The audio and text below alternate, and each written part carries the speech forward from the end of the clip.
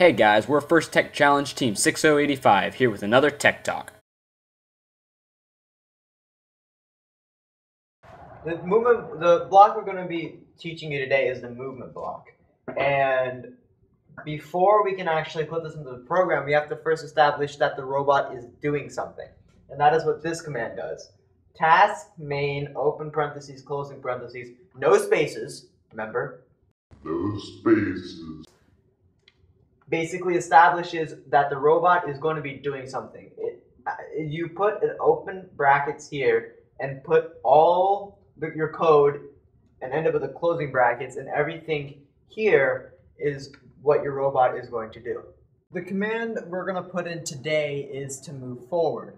Now I'm going to be using motors B and C, and if you're using different motors, you can change them to fit your needs. I'm going to write down a line of code. I'm going to write down motor, square bracket, motor C, close bracket, equals 100, and then semicolon. It's positive.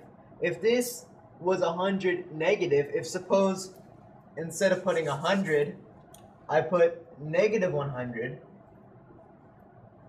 then it's going to be going backwards at 100% power. So right now it's saying that motor C is going to be going backwards now because of the negative at 100% power. Of course, we can change the power if we want to. So if we want to go forward at less power, we can put forward 75%. This basically indicates the percent of the power you're going to be going forward or backwards at. And finally, we're going to end the code with the semicolon. This semicolon basically ends all codes. It's basically like a period to the end of a sentence. Now I know what you're thinking. That's only one motor. What about the other one? That is why we're going to put an identical line of code under it, but for motor B. So we're going to write the same thing under here.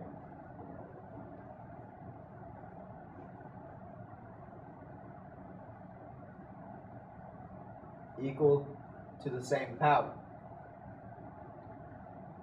That'll ensure that motor B goes the same speed as motor C, so they both go forward.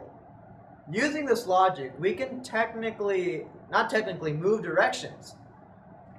So if you wanted to, you could put motor B at negative 75 and have your robot move in place. Are you getting this? Good. Now, we want this to stop, right? I mean, you don't want the robot to keep going on and on and on, right? So what we're going to put after this is, I can move over here, await 1 millisecond command. This says that it's going to wait however long until it goes to the next command. Now don't put 3 in here because then you're going to basically say wait 3 milliseconds, and that's going to be pointless. So you're going to want to put 3,000 milliseconds if you want it to wait for 3 seconds. If you want it to wait for only 1 second, you'd only put 1,000. And then of course end it with a semicolon. But still, it's going to keep on going, right? Because it has nothing to stop it. So we're going to end it by repeating these 2 lines of code. But it's going to be with 0 power. So we did that for motor C, and we're going to do the same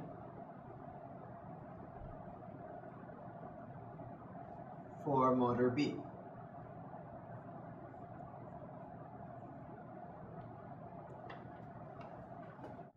Now that our motors are going to go change directions and stop, we basically are done with what we need to do. So we're going to tell our robot that this is all we want it to do by putting closing brackets down here.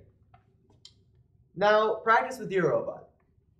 Try and drive it autonomously around a room using these commands and experiment with the directions. It can be very tricky sometimes. Tell us what you did and what happened in the comment section below, along with other things you might need help with, whether it's programming or mechanical, anything like that. As always, like our video and subscribe to us, and Team 6085 out.